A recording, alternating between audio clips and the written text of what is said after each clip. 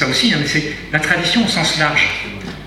Le sujet de la tradition, ceux qui portent la tradition, ce ne sont pas les prêtres uniquement, ce ne sont pas les évêques uniquement, c'est toute l'Église. C'est ce qu'il appelle l'Ecclésia. L'Ecclésia, c'est un mot, évidemment, du Nouveau Testament, parce que Congar revient au Nouveau Testament en prenant ce mot Ecclésia qui signifie l'Église, mais l'Église comme communauté, comme communion.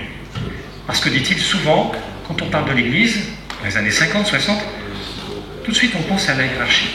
Or, dans le Nouveau Testament, évidemment, l'Église, c'est la communion, c'est la communauté. Donc, dit-il, l'Ecclésia, c'est elle qui porte le message chrétien. Dans cette communion, évidemment, les évêques ont un rôle de discernement,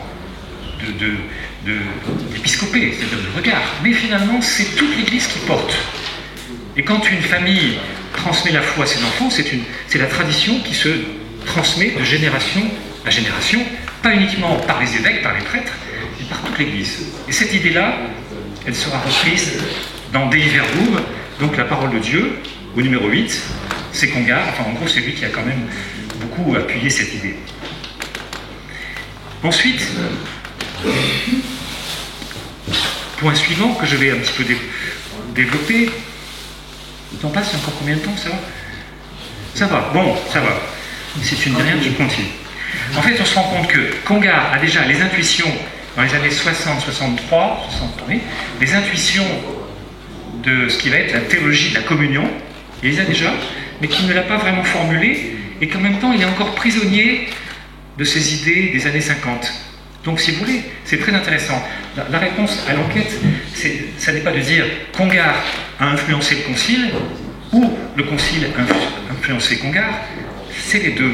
C'est-à-dire que le Concile va lui permettre, au fond, de décanter tout ce qu'il y avait déjà en germe, qui était déjà présent dans ces grandes intuitions. Hein. Et une des intuitions que j'ai oublié de citer, justement, parce que je parle un peu de tête, un point très important, c'est l'idée de hiérarchie comme service. Évidemment, c'est évident, comme ministère. C'est-à-dire que, Congar dit ceci, souvent, on dit que dans l'Église, il y a une autorité, il y a un pouvoir, et que cette autorité doit être menée, doit être mise en œuvre avec un esprit de service. C'est vrai, d'accord. Mais ça ne suffit pas. Congar dit non, ça ne suffit pas. Dans l'Église, tout est service. Tout est service. Les ministères sont d'abord des services. Et les services, évidemment, supposent une autorité qui a été donnée. Mais ce qui est premier, c'est le service. Donc la hiérarchie est, dans son essence même, un service de la vie chrétienne. C'est très important pour comprendre l'ecclésiologie de communion. Donc, ça, il l'a dit dans un livre très important qui a influencé énormément d'évêques. Je ne sais pas s'il a influencé Proagno, mais ils l'ont lu avant le Concile, en 62, qui s'intitule « L'épiscopat et l'Église universelle ». Peut-être qu'ici, il y en a qui se souviennent de ce livre, qui a préparé, entre autres, hein, parce qu'il y a eu beaucoup de gens, bien sûr les Belges, très importants, qui ont préparé la théologie de la collégialité, au fond, puisque le collège épiscopal a une mission universelle pour l'Église. C'est ça aussi la collégialité. Donc dans ce livre, il écrit un petit chapitre, parce que dans ce livre est un collectif, il a fait travailler beaucoup de gens, mais lui, il a écrit cette petite étude, la hiérarchie comme service. Donc voilà, les grandes idées sont là, et en même temps, quand on lit les archives, entre autres, et puis les écrits de Congar dans les années du Concile, on s'aperçoit qu'il revient quand même souvent à ses premières idées. C'est-à-dire qu'il y a les deux modèles, ils sont pas vraiment... l'un n'a pas chassé l'autre. Plutôt, il est en train de changer, donc c'est pas évident. Quand on change, on peut avoir plusieurs modèles. En fait, on s'aperçoit qu'un grand théologien, comme Congar, peut avoir une pensée un peu complexe, parce qu'elle n'est pas tout à fait claire, parce qu'elle n'est pas tout à fait homogène. Voilà, elle n'est pas homogène. Il est en transition entre deux modèles. D'ailleurs, si on regarde bien les textes du Concile, on s'aperçoit que les textes du Concile eux-mêmes sont un petit peu de briques et de broc. C'est pas pour le dénigrer, au contraire. C'est que, bien sûr qu'il y a une pensée dominante, mais il y a aussi quand même des traces des modèles précédents. C'est normal. Alors, je donne un exemple. Je vous ai dit que dans les années 50, il y a deux aspects. L'Église était à la fois une institution, avec des pouvoirs, des responsabilités hiérarchiques, et des moyens au service de la foi. et de l'autre côté, il est une communion. Or, on retrouve souvent cette pensée dans les écrits du temps du Concile. Donc ça reste encore présent pour lui. Deuxième exemple, je vous l'ai donné tout à l'heure, cette expression extraordinaire de couple, le couple sacerdoce-laïca. Donc, quand il utilise cette expression, en fait, il veut montrer que ce qui est formidable dans l'Église de son époque, c'est cette collaboration entre les qu'il vivait dans la JOC en particulier, pas lui, mais Carbeil et d'autres, cette collaboration, il disait que l'Église est vivante lorsqu'il y a cette collaboration. Donc c'est très intéressant. Et en même temps, ça dénote, disons, l'ancienne vision des années 50. Le sacerdoce d'un côté, c'est déjà l'expression sacerdoce, signifie qu'on n'a pas encore admis complètement le sacerdoce baptismal, ça pose un petit problème, et le laïcat, considéré un petit peu comme une sorte d'ordre. Il y a deux ordres, sacerdoce et le laïcat.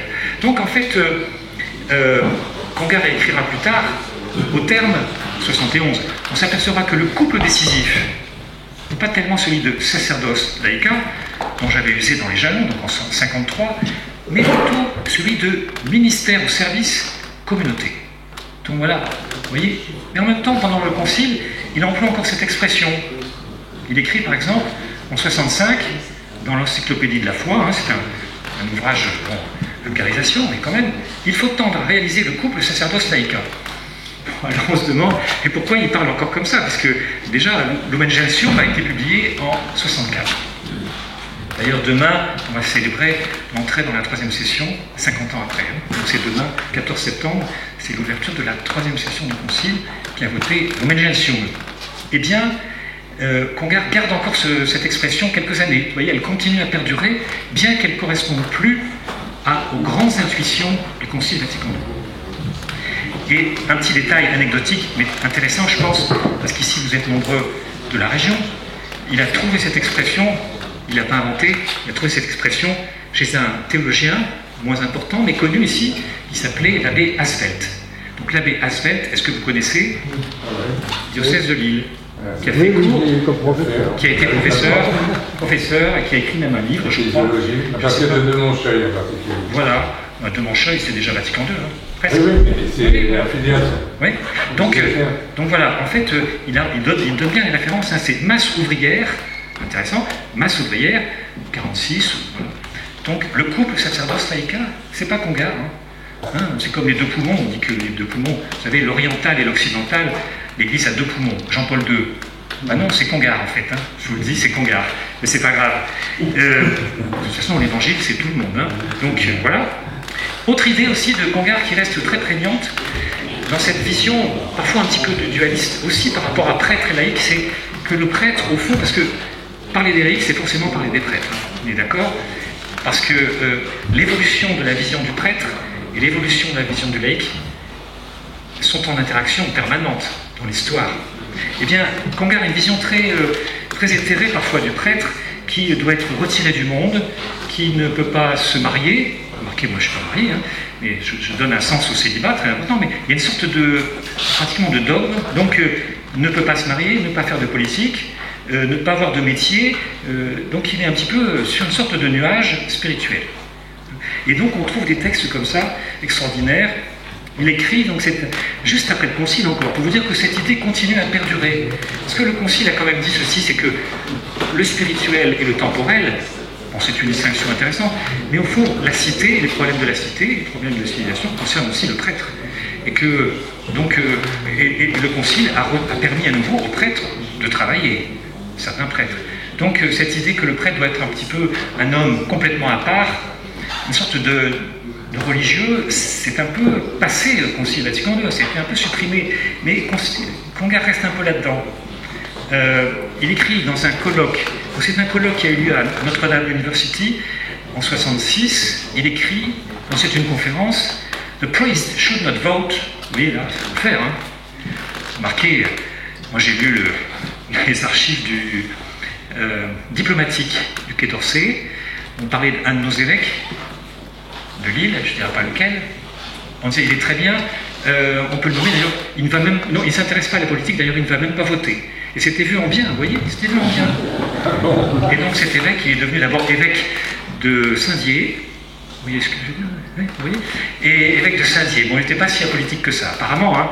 Mais pour vous dire, cette conception, le prêtre, c'est bien.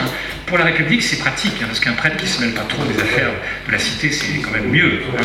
Mais donc, the priest should not vote. Hein. Serve in the army. Bon, moi j'ai été officier, mais bon.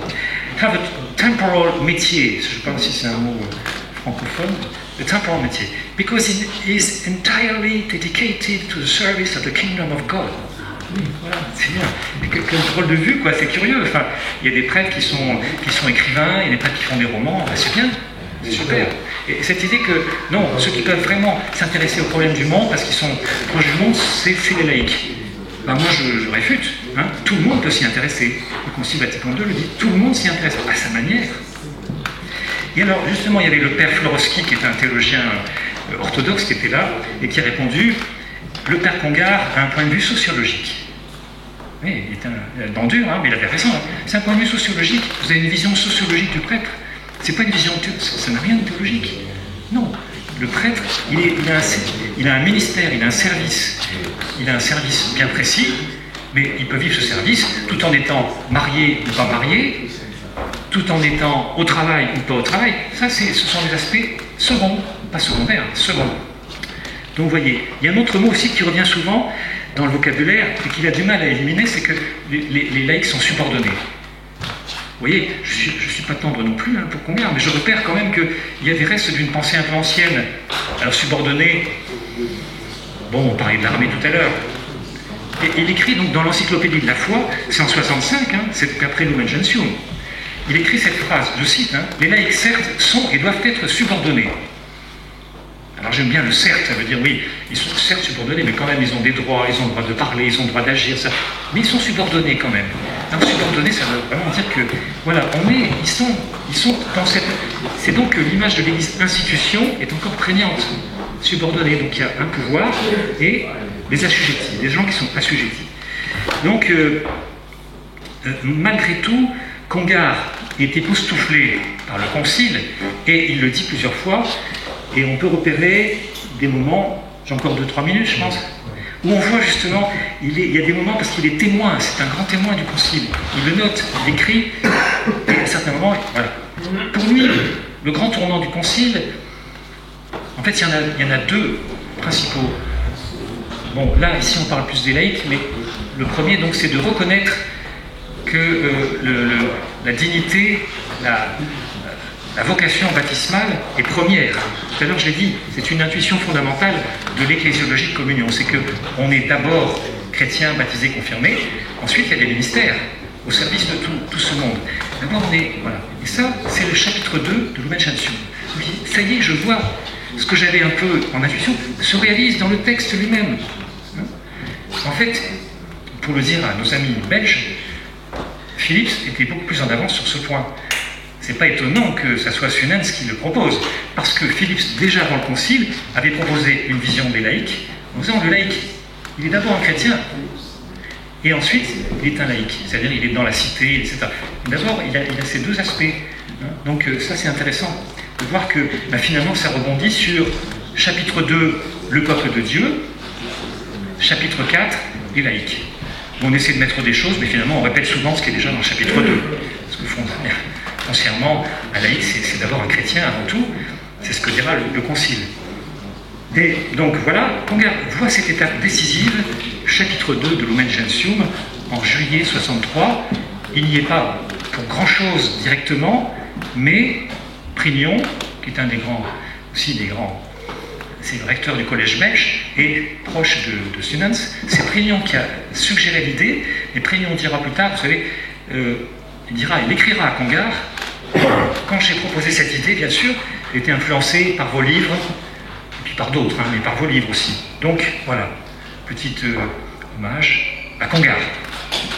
Et donc, à partir de ce changement décisif, il y a un autre changement aussi, d'ailleurs, très important, c'est la question des évêques, l'épiscopat reconnu comme un sacrement, et le lien entre sacrement, collégialité, donc la sacramentalité et la collégialité qui sont liées. C'est-à-dire que pour Congar, on construit une église non pas à partir une vision juridique avec les droits, les devoirs. Oui, il y a un droit canonique, hein, c'est très bien, mais c'est avant tout, on la regarde à partir des sacrements.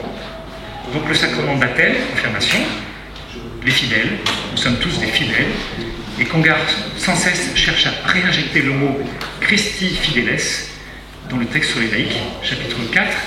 Là on met laici, c'est quoi les laïcs? Laici. Est-ce qu'on peut mettre Christi Fideles? Ils sont d'abord Christi Fideles avant d'être laïcs. Laici, c'est leur situation, elle peut changer, mais Christi Fideles, c'est fondamental. Et dans une conférence donc amicale au Solchoir avec ses confrères, donc il leur explique ce qui s'est passé. Il leur dit que c'est un bouleversement, mais je ne sais pas si j'ai le temps de lire un petit extrait de cette conférence. 2 minutes. Alors je ne vais pas tout lire quand même. Il dit qu'en 8 semaines de travail, donc c'est le 8 décembre 63, hein, c'est après la deuxième session, en 8 semaines de travail de la deuxième session, en 1 mois de temps, dit-il, là je cite, en 1 mois de temps, l'Église catholique a fait une mue profonde, la mue, vous savez, une mue profonde de la conception qu'elle a d'elle-même de sa propre conscience d'Église. Avec le Concile, en 1 mois, on a réenjambé en quelques semaines plusieurs siècles, le nombre de ces siècles étant variable selon les sujets. Donc hop, on a sauté, voilà. Parce que pour Congar, c'est aussi, on retrouvait aussi ce qu'on a perdu. On retrouve des choses qu'on avait laissées de côté. Donc, notamment, cette idée que on est avant tout baptisé, chrétien, avant de spécifier laïque, prêtre, etc. Alors je voudrais finir quand même sur la question des...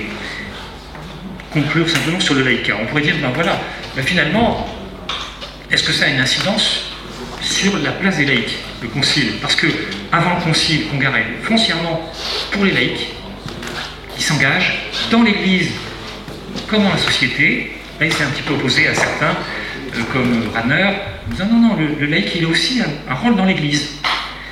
Et pas simplement un rôle pour transformer la vie sociale. Et après le concile, bien sûr, il a continué à avoir cette position. Il n'a jamais changé. Mais est-ce que le concile change quelque chose? Et au fond, la réponse est de Congar lui-même. Il dit, mais il faut, pour parler de laïcat, le situer dans l'ensemble de l'ecclésiologie.